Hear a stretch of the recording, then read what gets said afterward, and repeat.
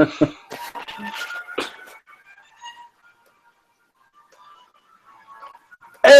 Matty and Patty, coast to coast from Brooklyn. It's Pat McMenamin to San Francisco. It's Matt Youngner. Say hello, Matty.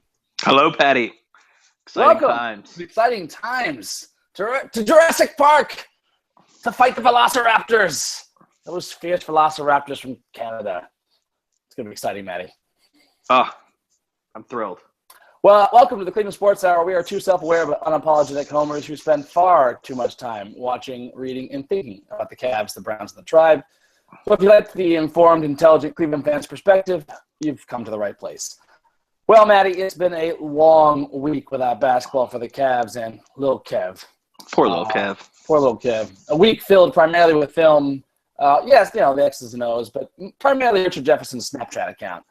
Matty, just how ironic is it that Richard Jefferson, who's like the oldest guy in the team, is not only the Snapchat sensation, but he's also the black lookalike for our dear friend and utter disappointment in life, Scooter, who is an embarrassing troglodyte when it comes to technology and social media. It is a bit strange. It's odd, right? This is what I call tall black Scooter. Or tall bald Scooter. Either way, both good. They work. So, I don't know. Is the week off good? Is it bad? Are we happy that we don't have to face the Heat? Or did we miss out on some potential catharsis? So we're going to dig into all that, plus a fresh edition of the playoff kill list, our series predictions, as well as a look at the Western Conference, which, okay, OKC. That was pretty good. Before wrapping up with some quick thoughts on the Tribe, maybe. I don't think we're going to get to the Browns this week. I don't have anything. Do you have anything to say about the Browns? No, I do not. And I was going to say, but I think you're going to get some Brown stuff in anyway, Pat. Yeah, you're right. Because I was going to say, but first I was going to say let's start with a look back at those sad winged creatures of the ATL. However, Matty. Breaking news. Something really important came out in Cleveland sports fandom for the Cleveland Sports Hour. We are the Cleveland Sports Hour, right? That is true. So we'd be remiss if we did not comment on the huge nationwide event that everyone is talking about. No one, just people who know people in Cleveland are talking about. 30 for 30 came out with Believeland this weekend. And Matty, did you get a chance to see it? No, I was unfortunately at a wedding last night and just getting back today, so I haven't had an opportunity to watch it yet. It's bullshit, Matt. Bullshit. I know. Bullshit. I'm disappointed in myself. Honestly, until an hour before the podcast, I was thankful for the fact that you didn't see it because I didn't have it. I wouldn't look bad having not watched it. However, because I didn't realize I didn't actually have HBO, so I couldn't watch Game of Thrones. This is clear. My priorities were Game of Thrones first. Believe it, second. I started watching the Believeland, so I watched the whole thing, Matty, and I am primed. I am pumped for this podcast. It was fantastic. Everyone who listens to this podcast has to watch it. It's just required viewing. It's required viewing for some of our enemies too, namely the two Fullers, Brett Fuller, who has some really awfully stupid things to say about the Browns and Art Modell, and Scott Fuller, otherwise known as Scooter, who still peddles this nonsense that what LeBron did was worse than what Art Modell did. He still clings to this theory of his. It's hard to watch that documentary and take either of those men seriously. About this particular matter. Those are unserious positions. No, this movie actually I think goes out of its way to be fair to Art Modell, and he becomes across horrible. He's the Sauron. He's the worst. He's he's the ultimate evil. But there's some amazing ones. The interviews with Ernest Viner just choke you up because I heard those are tough. You just don't realize how much it mattered to him, not just like the professional. I mean, the guy went on to win a Super Bowl. It was like an amazing player. Had the catharsis moment, but it still hits him. I don't think it would. I mean, I don't know. As a Cleveland sports fan, I'd still feel bad about moments like that, even if I was doing it. But like having had the moment of championship and triumph, I don't know. It meant something different because I forgot that he came back to Cleveland. He was there for the last game as they were, tearing out the stadium seats. He connected with the city in a way that, mattered. And I don't think I knew that. I don't think I was aware of how much that, Again, another thing that makes Art Modell look bad is Art Modell was like all hugging him in the locker room, and Brett Weiner had nice things to say about him. Except it was Modell that traded him at the end of the season. in the offseason between those 2 years. Oh, yeah. That was that move has Modell written all over it. It's the kind of shit he would do. Jesus. But no, I came away really struck by how, the LeBron move hurt because of that. Like if the Browns had never left Cleveland, I don't think we would have had the same reaction to LeBron leaving. Really? Yeah. I think I would have. Oh, I think we would have been angry. Would have been like, got to the way we reacted to, Allard Bell leaving was in large mark a reaction to that. I think it was this now too, you motherfucker. Like, it was worse for him because he had, for the obvious reasons, he was a native son, so to speak, kind of. He certainly played it up that way. He certainly created an image for himself that way. And I don't know. I mean, Albert Bell and Jim Thome left after the Browns left, and the reaction to both of those was not that severe. No, but they were pretty bad. I mean, LeBron, it was vastly more important, even without the Cleveland connection, to the city, to the team, than either of those players were. It was just, I just don't think we have the same level of reaction. Look, clearly we're still angry. We're fans. Any fan gets upset at a hometown son who they, believe in for 7 years, just leaving you out of the blue in the way he left. Of course, it still would have been bad. But I think the depth of our response was clearly informed by, the history that starts with that. We were abused animals, you're saying? Yeah. I mean, we're trauma victims as far as sports trauma goes. Not to belittle actual trauma, but from a sports psychology perspective, from a sports fandom perspective, we were traumatized. And I think this was like, I think there's something to that. I think you're right that yes, we still would have freaked out and been really angry, but I don't think it would have affected me to the level that it did if the Browns hadn't left. You don't think so? You think you'd have been exactly the same? Yes, I do. I mean, we have no way to prove it, obviously, but yes, my intuition is. I'm surprised that you don't. I was exactly. There's no doubt in your mind. No doubt in your mind. No doubt. But at all. Believe Land to me, you're supporting Scott's position, so that would make him feel good. Supporting Scott's position? No, it's still what Modell did was still worse. I'm just saying the level of trauma I experienced with LeBron leaving would have been the same level. Oh, would have been the same level. So the trauma was clearly worse for you with the Browns.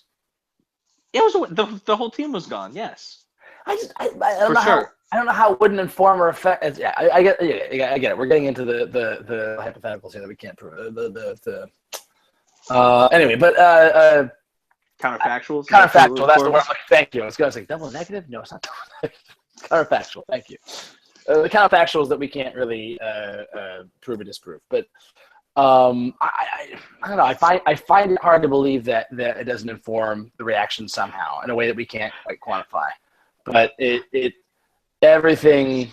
Nice. I love you yawning, and that's my answer. Yeah, that's how I feel about it. Wrap it up. You're the fucking West Coast. Fuck this. I'm the dude ready to pass out. All right. Fair enough. Time to move on then. All right. So let's leave Believe Land behind with one final word of just fucking see it. It's great.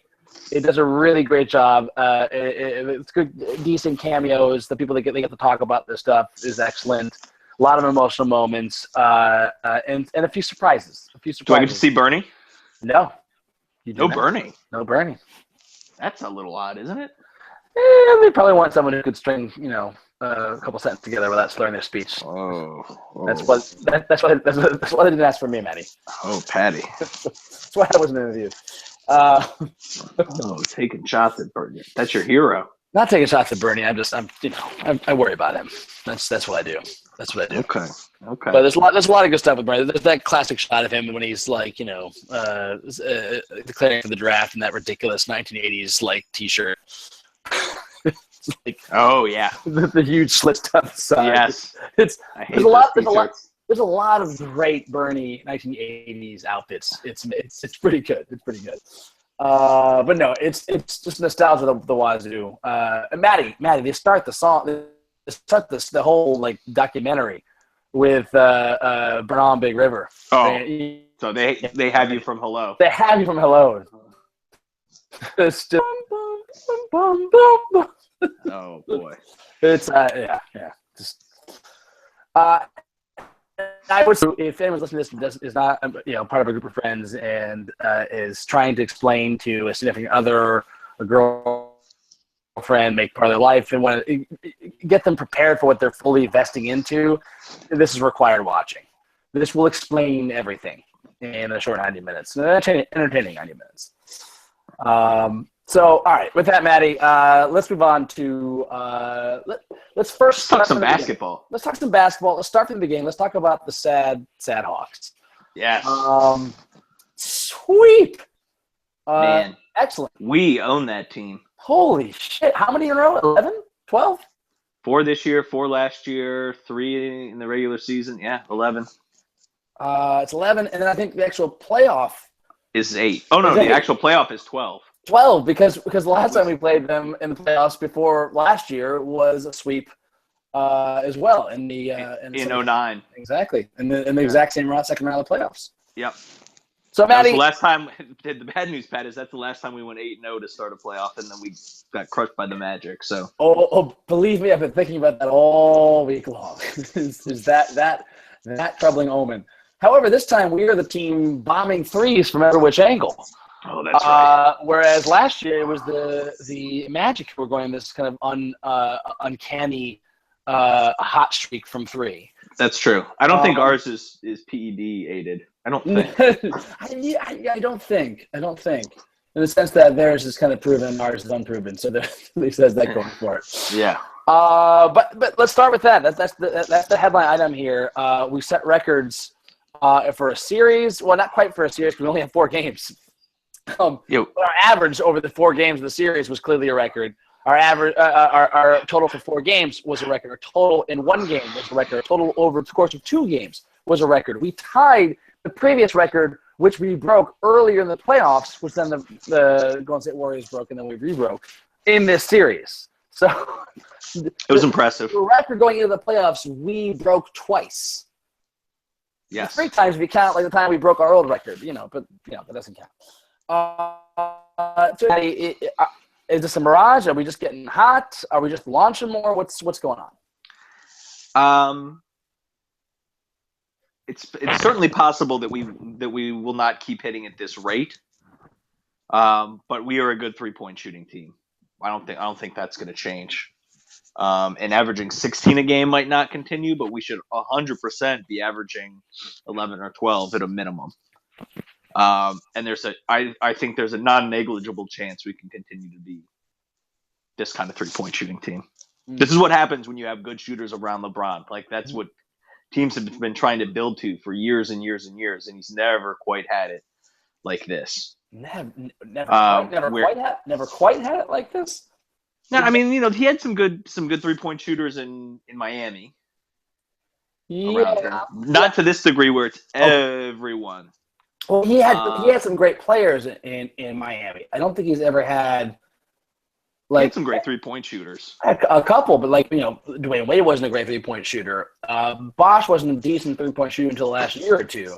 No. Okay, so yes, this is the best talent he's been surrounded with. Well, no, I don't even. Yeah, exactly. 3-point shooter. Exactly. I don't even mean like best talent. I just mean like that. This team is everyone can shoot threes except Tristan Thompson. Everyone. Yep. The second worst 3-point shooter on the team is LeBron. Yes. That's incredible. Yeah. I mean, also it's a sign of how badly he's been shooting threes lately, because normally he's a much better shooter than this. Well, except not lately. Well, that was the difference in the Atlanta series. Because even LeBron was shooting pretty well. Exactly. I meant more Miami lately. In Miami he was hitting 35. He was hitting Draymond Green levels of threes. Which is what all you really want from a guy that's as talented as LeBron. You don't need. I think he got up to 40% from 3-point range in Miami. 1 year, right? 1 year. Yeah. Oh yeah. Mm-hmm. I'm pretty sure. Mm-hmm. He I mean this is the dream, right? This is what you want around him, and I think there is a chance. And again, Pat, I got to start tempering myself because I'm in a dangerous place of starting to believe. Temper. But there's a chance that you are functionally unguardable when you can spread the floor, let LeBron go to work, and just have shooters that can. Because it's not like we just got wildly hot. We were getting great looks.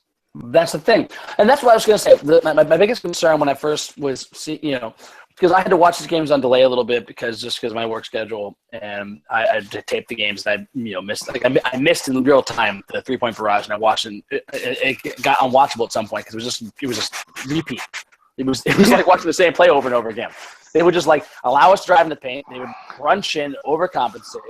I mean, we get these wide open looks. I mean, we didn't get the wide open the first time. We didn't get the second time. We got the third or the fourth time. He's just swinging around the horn. There's 4 guys sitting there.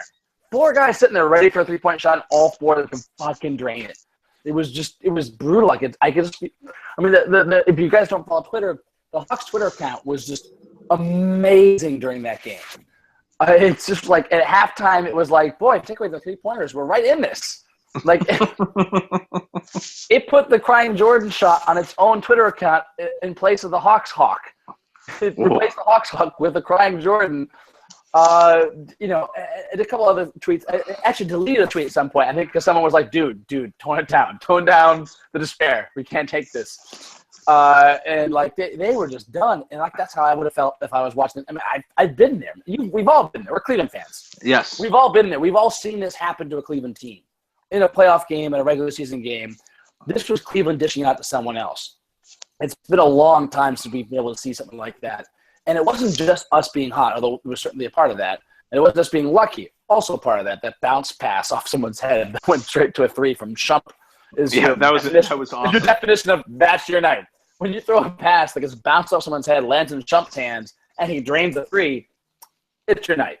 But that was my thing, is that we weren't just draining threes. That was what they were giving us. The big thing from this week, the whole series, I saw the stat, our 3-point shooting was like 60% or something like that for the whole series, which is crazy. But our shots at the rim. Terrible. So bad. But that was the Hawks' game plan. Mm-hmm. They were like, dude, shoot threes all you want. We're not letting you get easy baskets, which is a bad strategy now. I could sort of see that being the argument. We certainly played it with Schroeder, with certain players on the Hawks team. Schroeder. Schroeder, I think. Schroeder.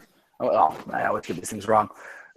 Schroeder and T, we let him do that a little bit. Bazemore, certainly. We're like, yeah, shoot 3, it's fine. So we did that a little bit, but we didn't let Korver shoot 3s. We didn't let a lot of guys shoot 3s. They did the same thing with us, but they couldn't pull it off because we had too many shooters. Well, it's also people think of Atlanta as a good jump shooting team. They're not really. Korver is outstanding. And then there's some guys who can hit it, but they're not great 3-point shooters. So it's a strategy that works against them. We've got really good 3-point shooters on this team. Yeah. Really good. So that's the thing. Especially if Kyrie's really, I think the reason we got these looks was because Bud doubled down on a strategy of let them have threes. The percentage will bear out. Like, we'll try and play it well and guard them, but the number one priority is do not let them get in the paint. Have 2 guys around that make it really hard for them to make a shot around the paint. Yeah. They put all their money in that, and they left it out in the open, and we just destroyed it. It was great. So yeah, we're not gonna shoot like that again. But I don't think the other team's gonna guard us like that again, which means we should have easier looks at the basket. So you would anticipate our 3-point percentage dropping, but are actually making more 2s than 3s. If things go well, or at least the ratio resetting itself. I think we're still going to get a ton of 3s. I mean, the Raptors today hit a ton of 3s, and at the end of the day, I was looking at their numbers, and they didn't even have 10 3-pointers. Yeah. I was like, holy shit. It's really insane what we were doing. So my question there, Pat, is do you feel like – because that's something we worried about, that our offense was just 3-pointers, and if we weren't hitting 3s, we didn't have anything. Mm-hmm. We felt that way a little bit still in the Pistons series. Big time. Do you think this reinforces that, and that we're going to go through a period, maybe starting immediately, where we go cold and we're just done for? It leaves an open question because I haven't seen us work it in the paint. I felt that after game one, we did not win that game with 3-pointers at the end, if that makes sense. We hit a lot of threes, yes. We blew the lead again the way we've been doing because this is the problem. As you said, we're unguardable, right? With LeBron surrounded by all the 3-point shooters, we're unguardable. With LeBron and Kyrie, all these guys who can finish and 3-point shooters around them, we're unguardable, except when they stop hitting and we forget how to get an easy basket. That's when we blow 20-point leads in the flash of an eye. Excuse me. But the first game against the Hawks, I found us actually executing under the basket. Good plays. There was not a bunch. There was one big three. There was a big crazy ass J.R. Smith three.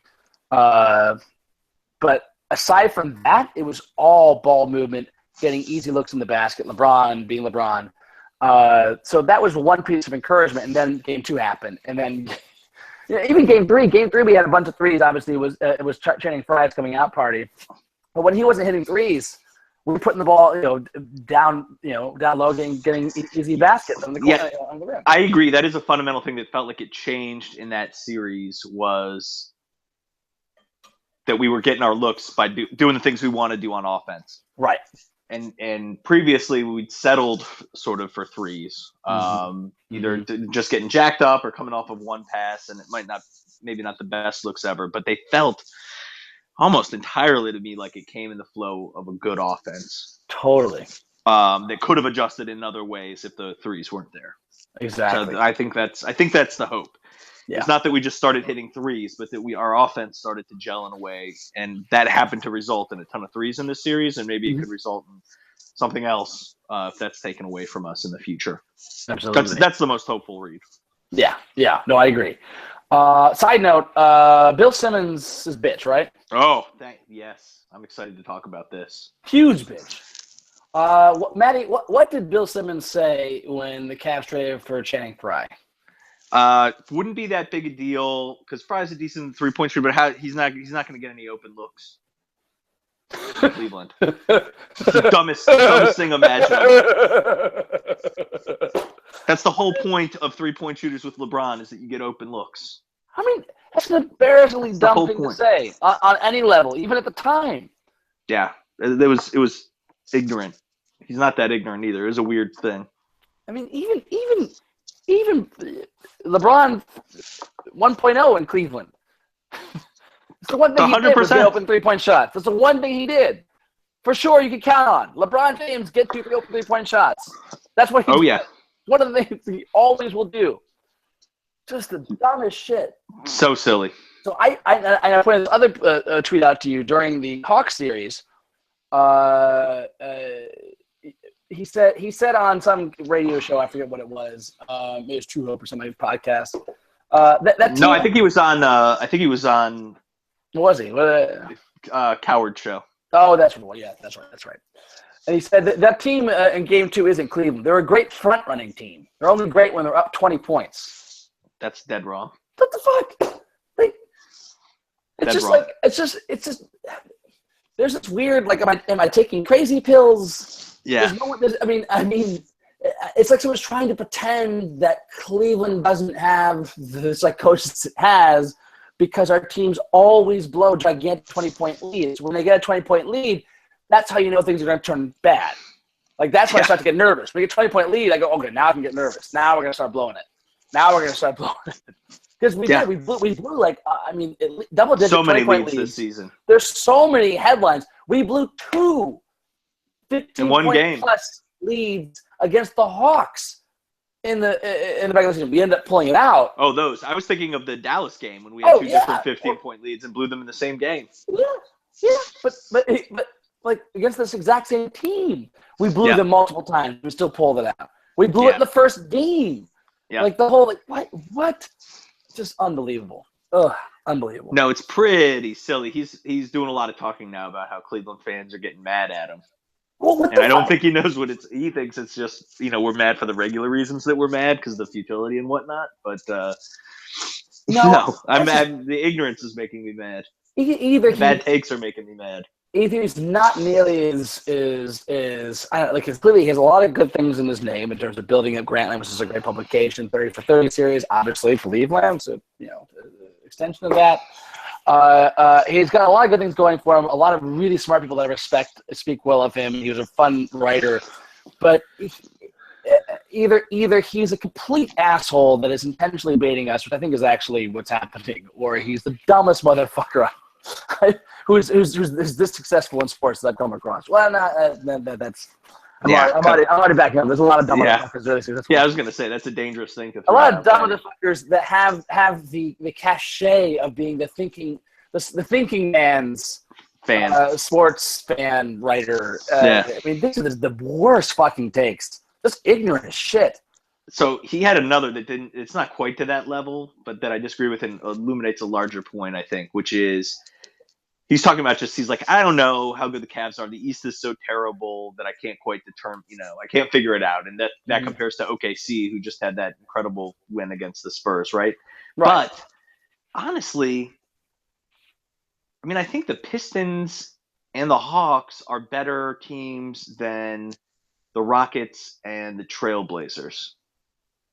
Rockets for sure. Trailblazers, you can make an argument about. Trailblazers are another team that's sort of like surprised the shit out of me and became a dangerous team by the end of the year. But But the Hawks had the best defense in the NBA. It's not like this is not your father's Eastern Conference, right? Yeah. The Eastern Conference is a lot better this year. I agree. Absolutely. We haven't played anybody that's on the OKC. Put it this way. Spurs. Agreed. Spurs Warriors level, but the rest of the West was not that good. Agreed. Portland's the only team you can debate as being in the same league as any of the teams in the 1 through 8. Yeah, Portland's the only team that's in that conversation. I need to make a strong argument that they're better than I don't know. You can, I mean, we'll see about the Raptors, but you can make an argument that they're better than 4 through 8. But it's not by a wide margin. And for God's sake, in the Eastern Conference, 3 and 7 were separated by not even a game. Yeah. So it's a really tight pack of quality teams that just don't separate themselves from each other. They just don't get to the level of OKC and above in Cleveland. Yeah. So I don't think we've just been running over patsies. No. These That's two gone. series. You can't make that. That's just not a legitimate case to make. Also, sorry. One last sentence thing, then we can keep moving. Which is he tweeted out right before this series started something like Hawks plus play a championship odds for the Hawks is plus 500. That looks pretty enticing. Yeah. And they got swept. Yeah, swept. Fucking crushed by double figures. What a fool. He's just it's. And what did he name his new TV show? Any Given Wednesday. Awful. Just awful. All right, moving on. Another Bud decision that stood out to me. He admitted in Game 4 that as Kevin Love went off in Game 4, right? Even though he had a horrible shooting game, he had probably his most prolific Kevin Love big scorer type game I can recall. Well, he had a great 3-point shooting game. That's the point. Yeah. He couldn't hit anything else. I feel like he was like 2 for 10 or something, or 2 for 11 from inside 3-point range. Crazy. Now, Pat, I had to listen to that game because we were driving. I've watched. So I didn't get to see it. What was he missing inside? And how was he missing? He missed all the ways he does. He missed in the bad ways where he's making an aggressive move to the basket, but then looking for a foul and flops up some crap and doesn't get the call. But he also missed some shots that he had his position, he put the shot up and just didn't go in. He missed every way he misses. He had a couple of bad moves. The thing about Kevin Love, I'm going to skip ahead here. But what I was so impressed by Kevin Love in that game and the whole series, we talked about this a little bit in the last series, is that he had a really poor shooting series overall. Every game he had a bad shooting series, just did not have a shot. But he really grinded. He really played well on defense. He was a force on the rebound. He plus TT just terrorized them. And he was not a liability there. And he was a constant threat of gravity, which led to Game 4, where Coach Bud said, "We just because that's why Kevin Love went off for crazy for 3. They just left them wide open for 3 again and again and again and again. You know what happens with a guy who's that good of a shooter? If he's having his hard time hitting shots, you get in practice rounds. He just starts firing them up. He starts getting it. He started crushing it. he had a couple of big threes too in the series, crunch time threes when things were tight in the few games that were tight. And I was just really impressed with how he came through.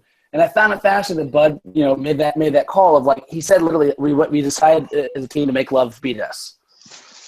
And that's a kind of shout out to the anti-Love fans out there and the Cavs fans that are down on Love that another team had that same reaction the Cavs fans had. Like, you know what? I don't think Kevin Love can beat us. Let's let him beat us. And when they let him beat you, yeah, he can fucking beat you. Yeah. That's the thing, So I was really, really pleased with Love. No, I thought he had a very nice series. Mm-hmm. Very nice series. I don't know that I was too upset with anybody on the team in that series, honestly. It's hard to be. It really is. Shumpert even started hitting. I mean, he was dribbling a little bit much, but then he also had that sweet putback dunk. Yeah, that was great.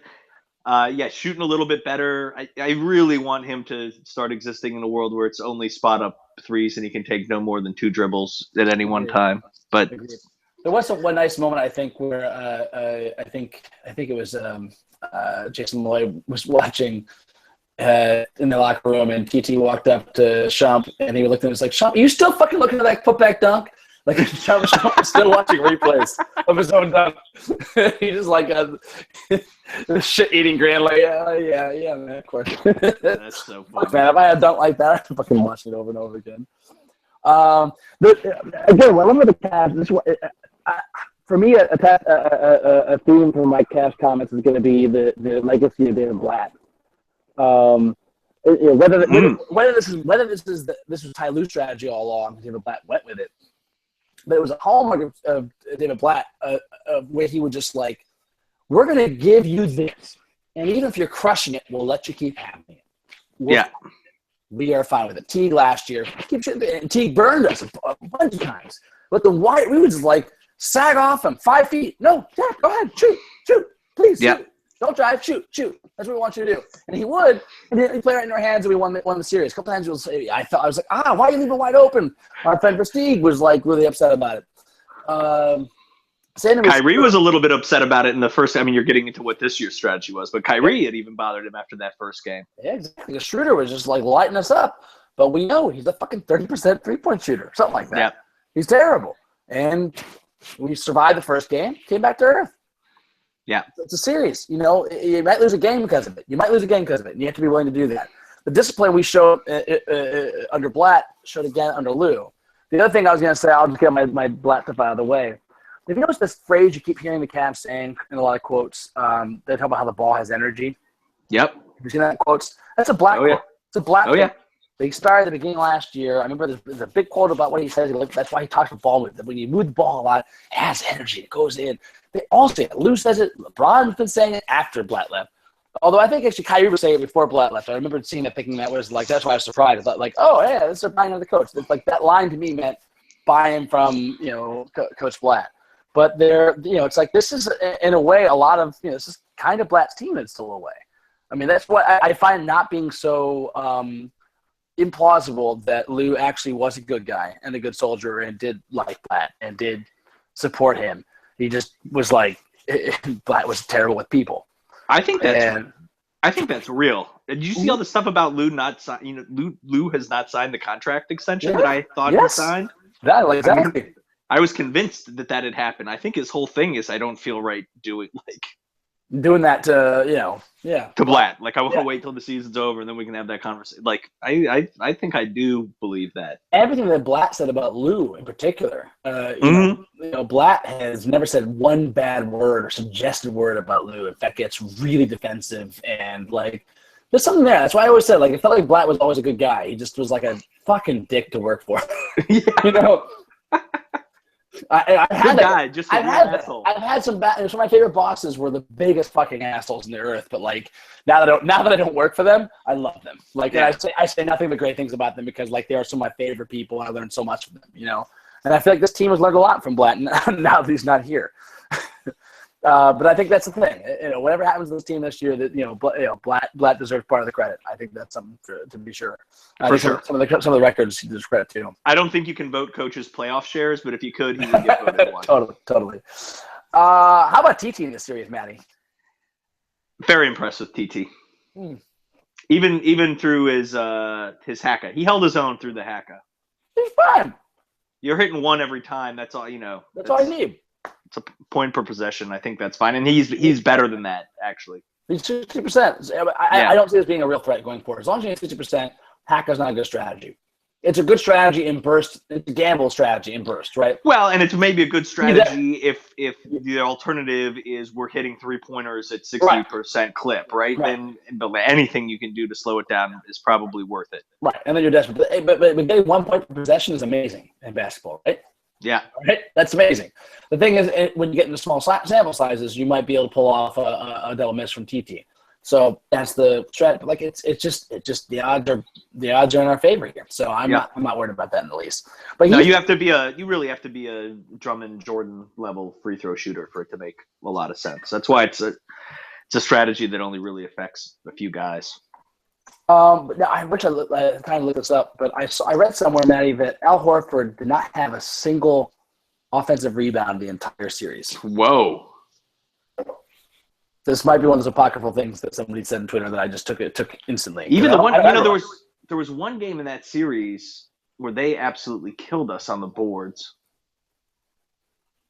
I think maybe the third game, they had more offensive rebounds than we did. So I find it hard to believe that Horford didn't get one of those, but maybe. Regardless, he certainly didn't feel like a big presence. Not at all. Did not feel like a superstar to me. Did not feel like a player that a team should dump an exorbitant amounts of money on in this offseason because he's going to transform them. No. I don't know. I always come away from the Hawks series less impressed with Horford. The Hawks generally, Horford in particular, and even Millsap this series honestly wasn't. Well, Millsap had that. I mean, you want to see TT's impact. TT got 2 quick fouls in Game 4. Went out way earlier than we expected. We had to put out our Fry Love lineup, and Fry Love is meant to play against not Horford and Millsap. It's meant to play against the second string. Yeah. Millsap torched our guys. We had Richard Jefferson guarding him for some reason, which is crazy. Well, I'm looking through the games right now, looking for I've seen Game 1, and there's no Game 1, no offensive rebound, not single one. So we'll have to see. So I have, as you're looking at these, I have another quick thing to add, which is so I had to listen to the game on the radio to Game 4, and Sirius XM gave me the Hawks feed, which is too bad. Their announcer was unbelievably biased. Unbelievable. Like I get homerism, and I like a little. I think your announcer should be rooting for the team. Like I think that's part of it. I think the idea that they're supposed to be objective is stupid. That's a broadcast for the fans of that team, in my opinion. It's not a national broadcast. This guy went so far beyond the pale. It was enough that my wife, who knows nothing about sports and more or less actively hates them, but was gracious enough to let me listen to the game, turned to me at one point and was like, "This announcer is sort of being unprofessional, isn't he?" Like, this isn't really okay to talk like this, is it? It was unbelievable. Unbelievable. Like, every time there's a call, he's like, "Oh, well, I guess the refs are going to go consult with LeBron before they make their decision here." It was like if you or I were a Hawks fan and we're calling. It was just it's a Tommy Henshaw way thing. beyond the pale. Yeah, Matty, Yeah. I just double-checked. I went through all 4 box scores of the games, 0 offensive rebounds. The entire series. It's an indictment. I mean, look, offensive rebounds, I get it. Over the course of 4 games, I expect Al Horford to get a single offensive rebound. Yeah. I mean, Millsap had 8, in Game 1, and Bazemore had 4. So it's a little bit – Teague had 1. So it's a little bit – that's my point. It's kind of random. Kind of. But that's one would go Horford's way. Anyway, the point being, he totally neutralized Horford and Millsap, and that's TT's gift. I mean, that's where he gets his fucking money. Yeah, he was big. Offensive rebounds are a big part of our game too. Yeah, they are. Maybe as much as the 3-point shot. So that's interesting. It'll be interesting. Well, we'll get into our our Raptors preview here in a minute. Yeah. We should keep going. We should get going. Let's get through briefly. Thoughts on RJ's Snapchat account? Have you followed it? Nothing other than no. I don't follow his Snapchat account. I just hear about it from you. And Oh, whenever really? Dave McMenamin writes about it. No, I'm not on Snapchat. So guys, I'm a very slow adopter. Just Google Lil Kev or look up David McMenamin's article. I am familiar with Little Kev from the article, which is some Tommy Hilfiger model. I don't know. Yeah, I think it was a Tommy Hilfiger ad. Who looked a little bit like Kevin Love, and so he cut it out, and eventually, it got so beat up that he laminated it. And started he kept taking it around and talking to him like his real person. Everyone doing the Kevin Love impersonations. It got to the point where he got mad at Channing Frye for asking for him to pick him up. So he made Channing Frye sit in the back seat because Lil Kev, the paper cutout of Lil Kev, was sitting in the front seat. Him sit back there. And when David McMenamin asked him about who went to laminate, Lil Kev, RJ said, "Look, I think you're getting into too much of his personal life here. Let's just talk basketball." But it's I never use Snapchat. I use it I had to sign to it once for my job to learn how it works to make sense of what would make sense for I work in this industry and I don't use it organically, but I want to figure out how it is used by people organically. I still really have a hard time understanding what the appeal of it is, but one thing I do regularly on my own, not for work, use it for is to check Richard Jefferson to see what's going on. They had dance parties. There was a good point where he asked Channing Frye, "So we're watching a lot of film this week, right?" He's like, "Yeah, lots of film." They're walking down a row of they're outside some AMC Lowe's theater, and their week off. They had a dance party. LeBron showed up. TT was there. Kevin Love. It's just nice seeing the guys kind of get together. That's the thing that David Griffin was talking about. Just these guys enjoying each other's company, and it's weird that it couldn't happen when Blatt was there, but it seems to have happened now. Yeah, it felt like it happened in the playoffs last year. I felt like this team was tight and had good chemistry. That's true. Maybe it just takes playoffs, right? And all that. I don't know. RJ has been a nice feature of this team. I'm very surprised he's played as much as he has through the first two rounds. Hitting those threes. I'm sort of ready for his minutes to drop off at some point, but and very surprised someone who looks like Scott Fuller could be this valuable to a team. Yeah. Just I just would assume the association would have a negative impact at some point. Yes. Surprises never cease. Surprises never cease. The only last thing I wanted to say about the Hawks series was the end of the game, Game 4. Some troubling end of game possessions there at the end. We were lucky to get out of there, just like we were lucky to get out of the Pistons series on that sweep, right? Yeah.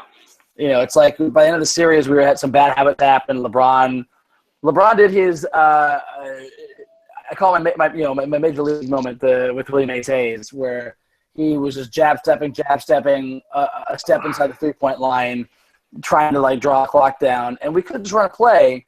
But he wanted to jab step and take a shot, and then of course he hit it, which always reminds me of this scene from Major League.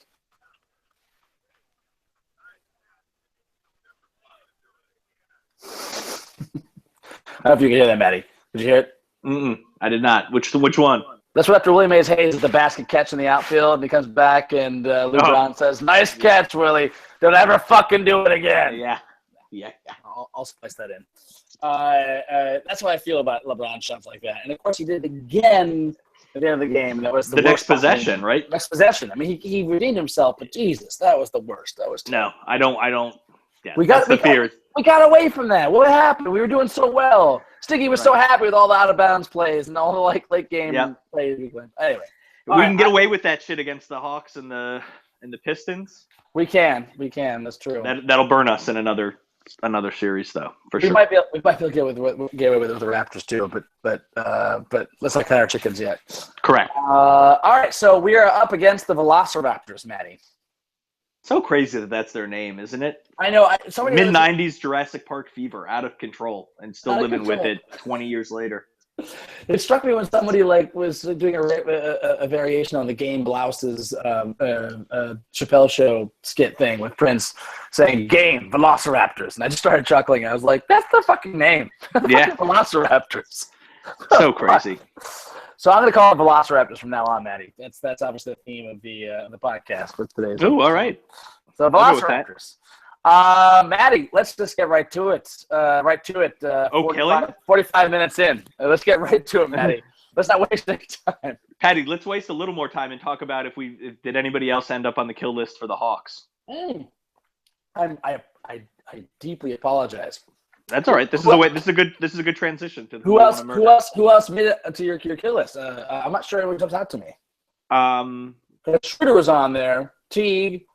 Bazemore was, but what? Bazemore didn't do much to make me hate him, honestly. Not at all. Even Schroeder didn't do a ton to make me hate him. The guy that got me was Teague with that nice little forgot about that. Shoulder into LeBron at the end of game suspension. 3. Yeah, they would have been suspended for 2 games for that. For sure. Minimum.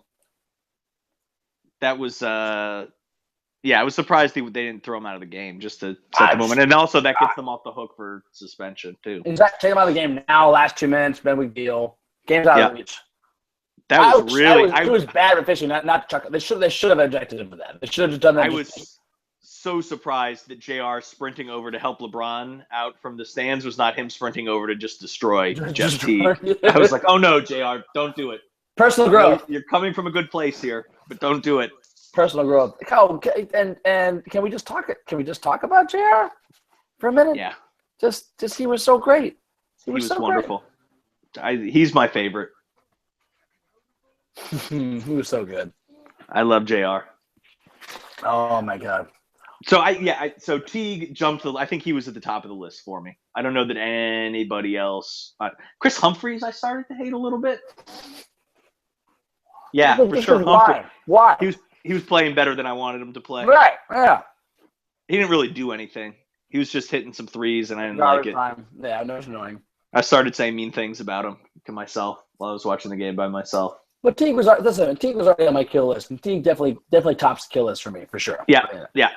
He's number 1. Bazemore was well behaved. Yeah, he was well behaved. He was. And nobody else. And like that. A sweep takes a little bit out of it too. Yeah. Good for you. It's hard. It's hard to want to murder somebody when you don't lose. Losing angries up the blood. Yeah, but good for Kent, right? Good for Kent. Yeah. Good job. Good effort. We don't want to kill you anymore. It's okay. That's right. Congratulations. Maturity. All right. All right. Who's on your list, Patty, for the Raptors? I mean, Skinny Kyle's on top of my list for sure. Oh man, if he starts getting those calls, the fake knee mugging, the fake scowl. Oh yeah, that's making me mad already. I've been choking for 2 playoffs in a row until the last 2 games. Yep. That's the one downside, right? Of course, yeah. Now we get the Raptors, and once Kyle gets comfortable, gets a shot back. Yeah, exactly, and now gets to be Pete Kyle. I'm going to really probably hate Jonas Valanciunas. He has. Is he back for it? I don't know if he's going to be back for it. I feel like he was the least likely comeback. If he does come back, he has this I don't know, this poser, tough. Yeah, he feels like a fake tough guy, doesn't he?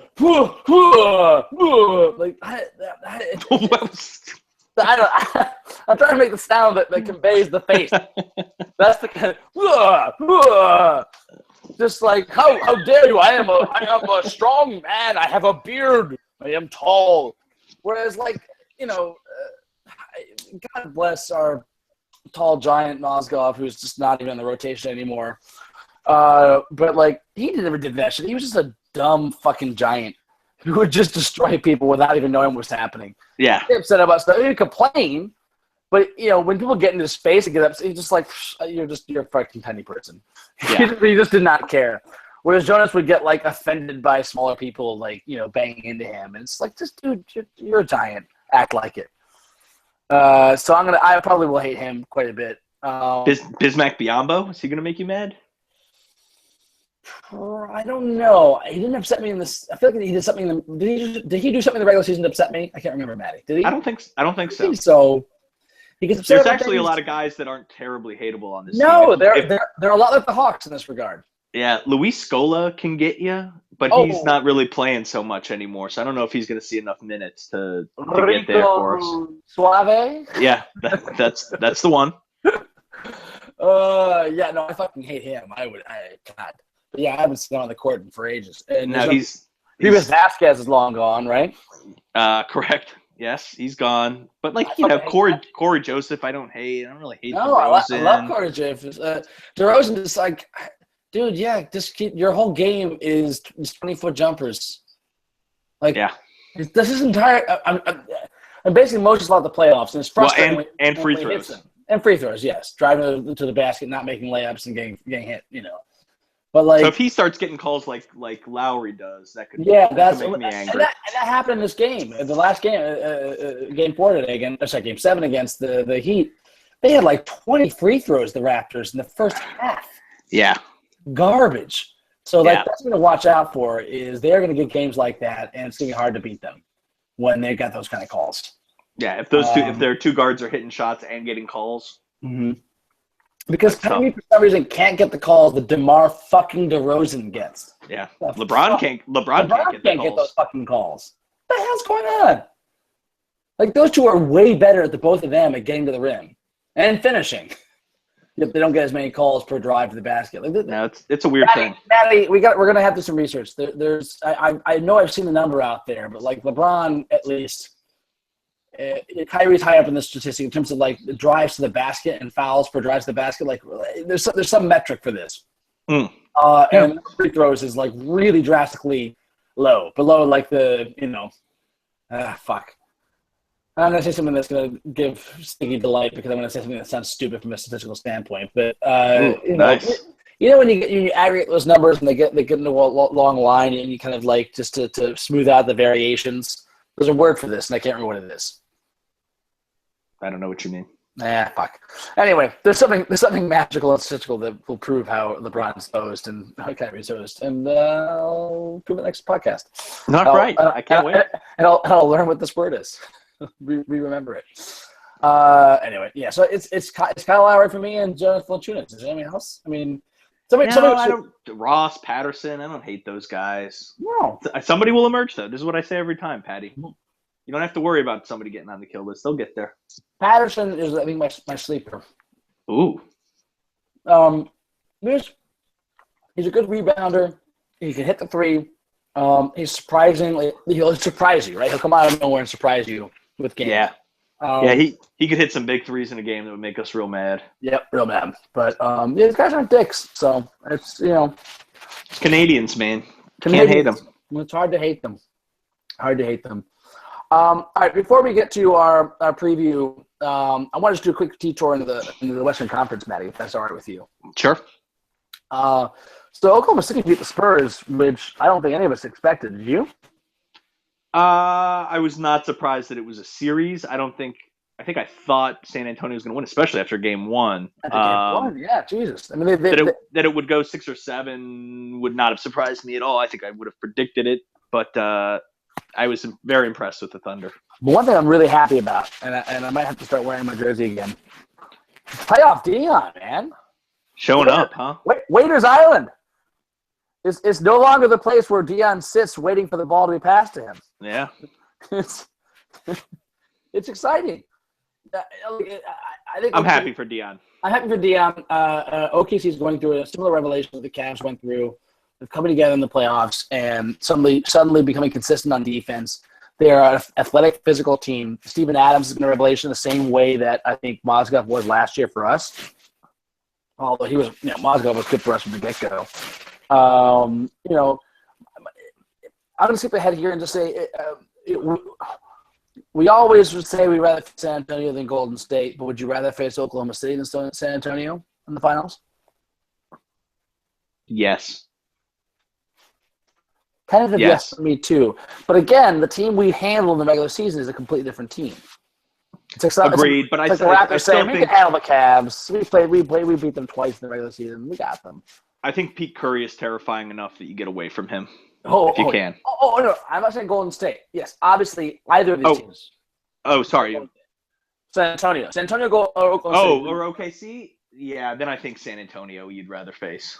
Yeah. Do you remember during the regular season when Versteeg was so worried about Tim Duncan dismantling Kevin Love? Yes. That would yes. be a problem. He couldn't even get on the court in this game. Stiggy's so dumb. He couldn't get on the court. It was so sad. It was just so sad. No, the Thunder team can be scary, man. Very they scary. Have so much athletic talent. They have two guys that can completely destroy you, just like we have two guys who can completely destroy and go off. They have athletes across the board. I think they match up well with us in terms of the athletes. I think we have more three-point shooting than they do, clearly. We do for sure. They hit like 4 to 6 threes a game. Yeah, so that's our equalizer. Russell Westbrook is a terrible three-point shooter. Yep. So I still like our chances against them, and certainly rooting for them to beat Oklahoma City because of Steph Curry. But rooting for them to beat the Warriors. I'm sorry, the Warriors. So one quick Simmons note here before we move on is he's been raving about the front line and that they were playing Adams and Cantor together and they still have Ibaka and what this plethora of riches that the big man is.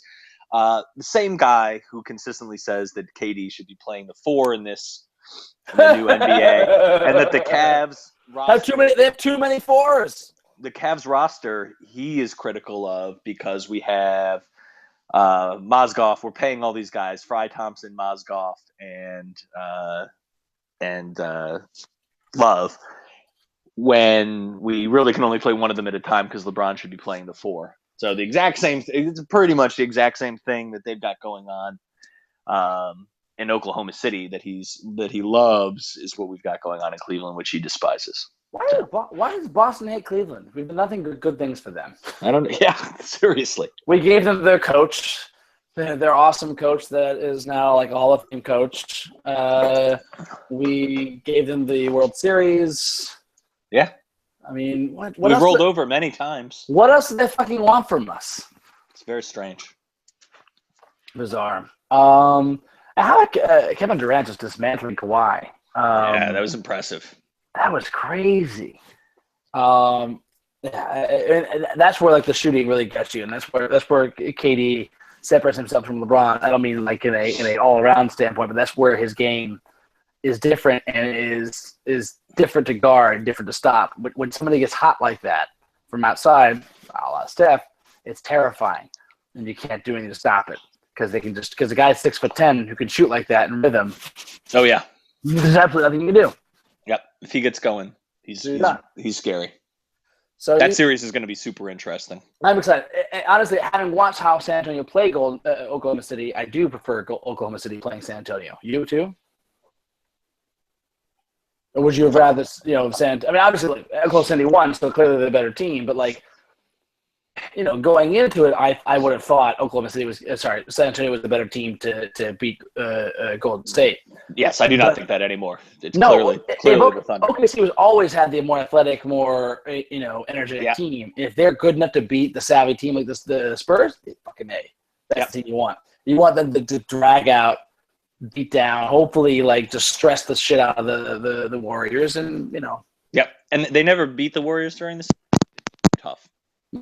I think almost every game was pretty close, and certainly the one they should have won that KD sort of pissed away at the end. Exactly. So we'll see if they've grown some composure like the Cavs have, and whether things can keep their defense up, because that's been their problem is their D actually, and that got pretty good. Yeah, it did. All right. Anything else on the Western Conference before we move back to the Eastern Conference? No, it's going to be fascinating. Exactly. I'm excited for it. Yeah, I'm excited. I'm going to watch. This is the most I'm probably going to watch of another playoff series, if I can, of course. So I'm going to try that I can remember, at least in terms of anticipation. Yeah. All right, Maddie, you go first. Let's do our Cavs win if, Cavs lose if. Game by game. Like I said, what are your three keys? What three keys will determine whether we win, and what three keys will determine whether we lose a particular game in this series? So I think, it feels silly saying it, but our 3-point shooting. If we continue to, I think if we average at least 11 a game. We feel pretty good. I think we win the rebounding war. Rebounding, okay. Yeah, that's always important to me. And if we are within, I think they're going to shoot more free throws than us, almost no matter what. But I think as long as that doesn't get totally out of hand, so if we're within 5 to 6 free throws attempted per game of them, then I feel pretty good. Interesting. So I'll go with those 3. That's pretty similar. That's that they win it. What are the things that are going to happen that make us lose? So the free throws go way out of hand, right? That's an obvious one. If they're just getting tons and tons and tons of calls and we're getting nothing, which is super possible, both for how each of those teams plays and just how the refs might blow the whistle. That's something that could be a challenge for us. If our defense doesn't, I think our defense getting better is something we need to happen. I think for us to really contend for championship, I think it can. It's not there right now. It hasn't been that good.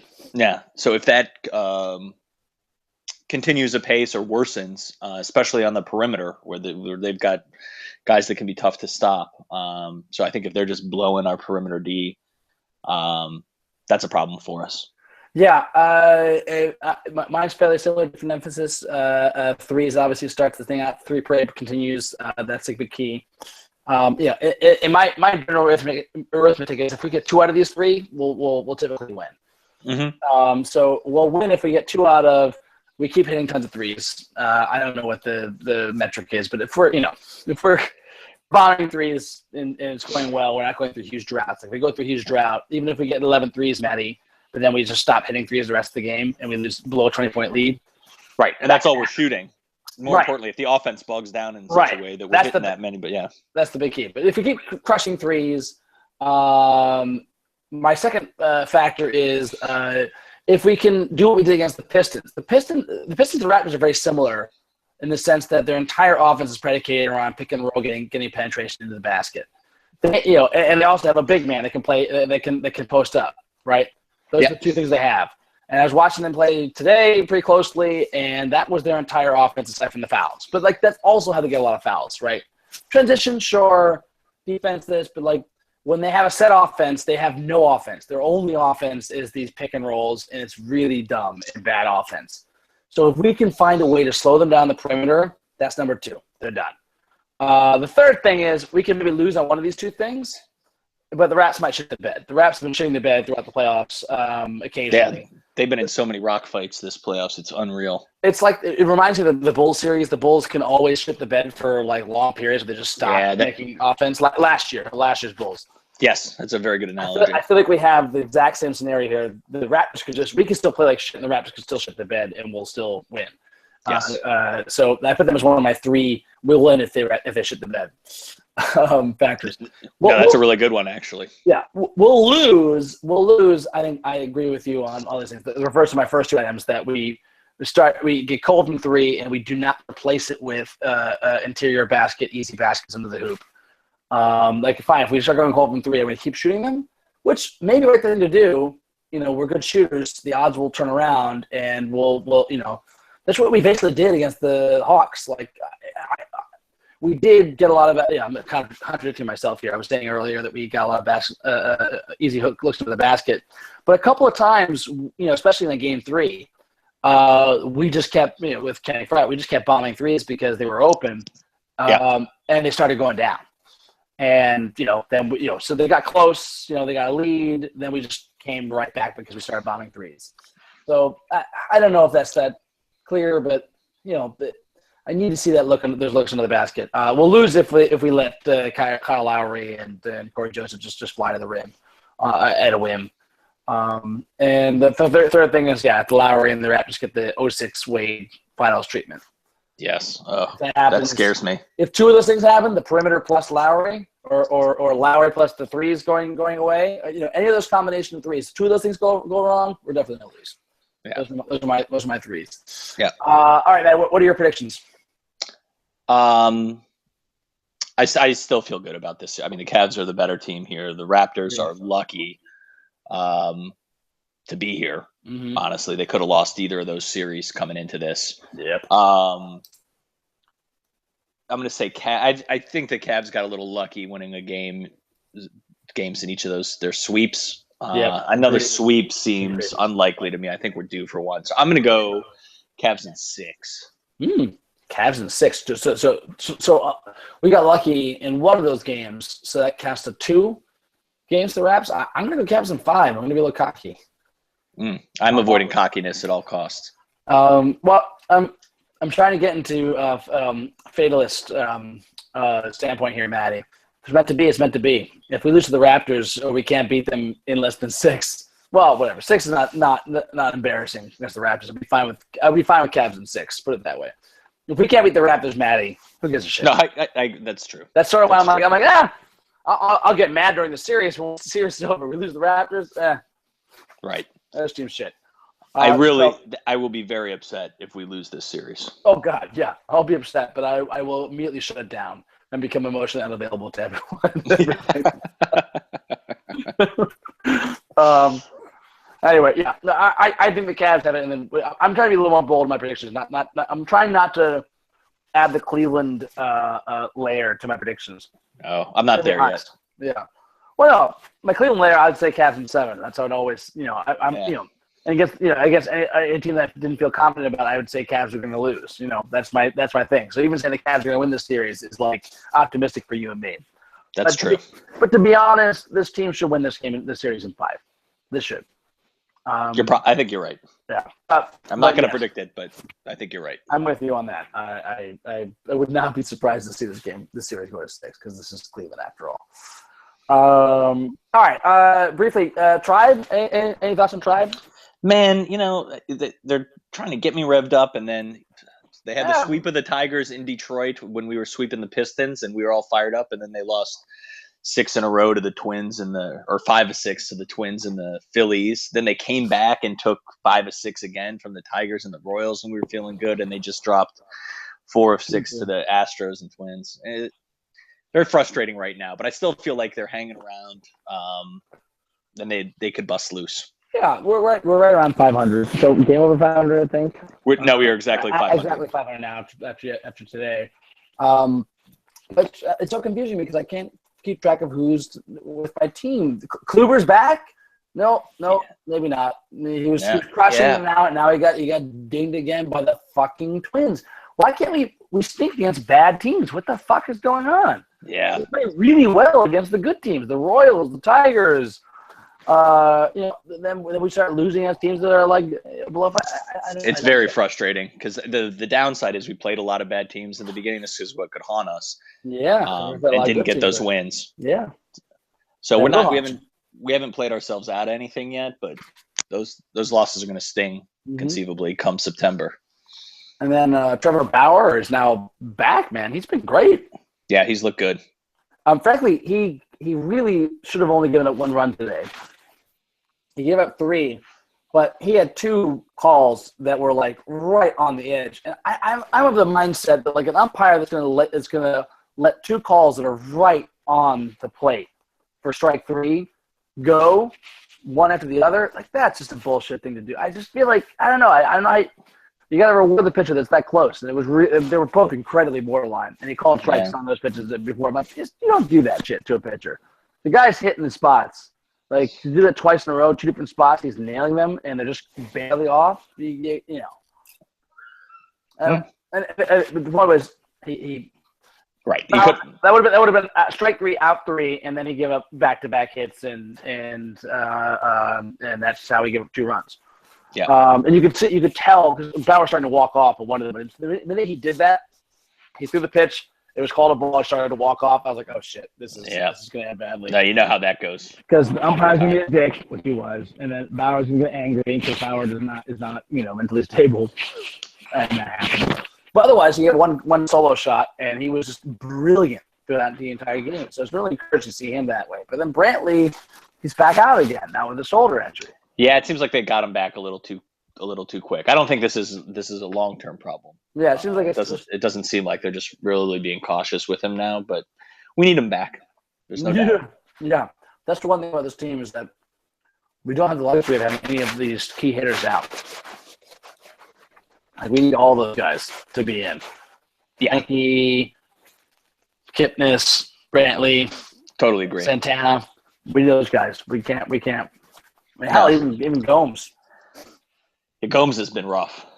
He's been rough, and he's still playing. He's still hitting below 200, I think. Roberto Perez is out for a few months. We